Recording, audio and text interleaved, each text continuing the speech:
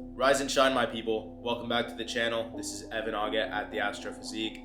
I've realized something recently which I'd like to talk about, and that is just how badly the majority of people eat. This is something that I've only recently started to fully understand. Fortunately, I grew up in a household where we always ate quality foods for the most part. As a child, I would always have cravings and I'd always want to eat McDonald's and fast food. And fortunately, again, I was always skinny as well. I had fast metabolism, and so I was able to eat all of this junk food without it negatively affecting me. Along with the fact as well that I always played sports when I was younger, so that always helped me stay lean with everything that I ate. But I still had a fast metabolism. That's something that's always been in my genetics. Back to the main point, I always used to eat clean for the most part, clean quality foods. But now, as I've gotten older and gotten to see more of the world and the reality of this world, I'm really starting to realize just how badly the majority of people eat. The ingredients, the foods, the eating habits, right down to the habits, everything is messed up. People eat out of boredom. People eat out of sadness. People eat to express feelings, and it's so easy to express those feelings indirectly. Everybody tries to suppress their feelings and suppress their emotions, and so what better way to do that than to grab a bag of chips or to indulge in some ice cream? It sounds funny, but that is the reality of the situation.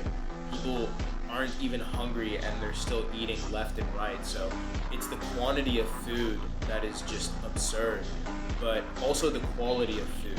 When you look at the foods that exist and are promoted and are popularized in society, and the brands behind them, the companies behind them, I should say, you really start to understand just how bad these foods are. And there's almost no getting away from it. I'll give you an example. There's something that people love to talk about recently, this whole seed oil thing. People love to talk about seed oils. They're bad. Don't eat them. The tap water, don't drink it. Okay, if you don't drink tap water, you're still showering in it. You're still having that water when you wash your hands. With seed oils, it's in almost everything.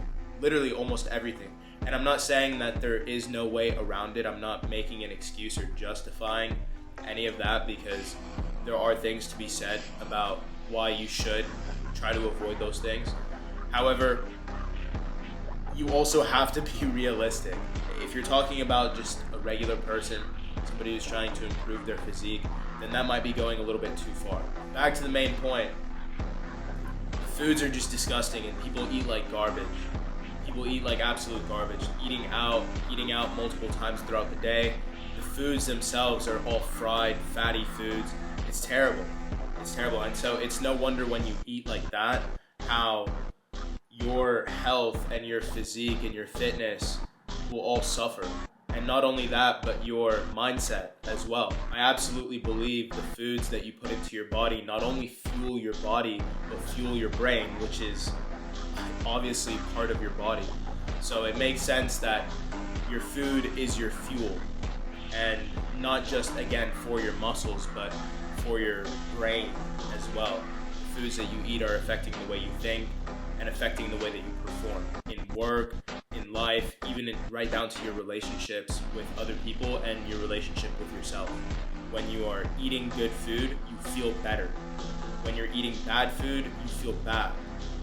You feel better when you eat clean, you feel lighter, you feel happier, you feel healthier, and vice versa. Of course, when you eat bad, you feel like garbage, you feel like trash, you feel slow, you feel like you're underperforming, and you know you are, and you are because of the foods that you're eating.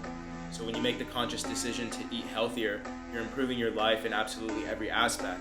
The physical results, the visible results are just the cherry on top. Really just the cherry on top. Fitness is health, and fitness, feeling healthy, is second to none.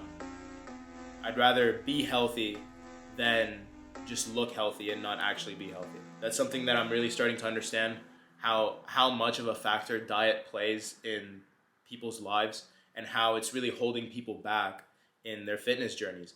Diet is the number one factor holding people back in their fitness journeys, with all the food that is promoted and popularized in society, it's so easy to eat bad. It's so easy to overindulge.